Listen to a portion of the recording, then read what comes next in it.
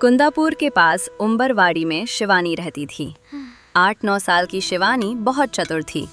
School, घर, खेत और बाजार के सभी लोग उससे बहुत खुश रहते थे। रविवार को कुंदापुर में साप्ताहिक बाजार लगता था।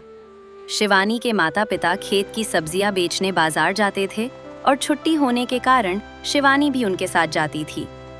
शिवानी अपने माता-पिता को हिसाब किताब में मदद करती थी और बीच-बीच में बाजार में चक्कर लगाती थी। भजिया और भेल खाना उसका पसंदीदा काम था।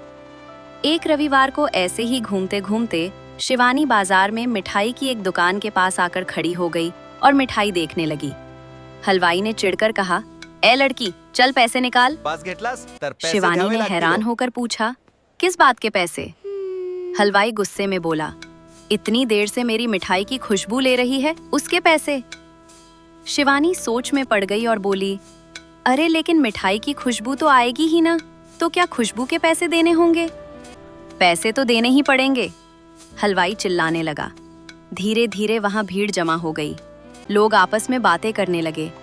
कैसा आदमी है ये, हमेशा कुछ न कुछ अजीब हरकतें करता है। खुशबू के पैसे, पागल लगता है। तभी शिवानी को एक तरकीब सूझी। उसने कहा, "ठीक है, रुकिए, मैं पैसे लेकर आती हूँ।" वो भीड़ से रास्ता बनाते हुए अपने माता पिता के पास पहुंची। उसने अपनी माँ से कहा, "माँ, सब्जी बेचकर जो चिल्लर जमा हुए हैं, उसकी थैली मुझे दे दो।" माँ ने उलझन में पूछा, "क्यों, क्या हुआ, किस लिए चाहिए?" शिवानी हंसते हुए बोली, "माँ, मुझे काम है, तुम भी मेरे साथ चलो।" सिक्कों की थैली लेकर दोनों मिठाई की दुकान पर पहुंची। वहां अभी भी भीड़ लगी थी। शिवानी ने हाथ में पकड़ी थैली को हिलाया। छुन छुन आवाज आई। 1 बार, 2 बार, 3 बार। सिक्कों की खनक सुनकर भीड़ में सब शांत हो गए। शिवानी ने हलवाई से पूछा, "मिल गए पैसे?"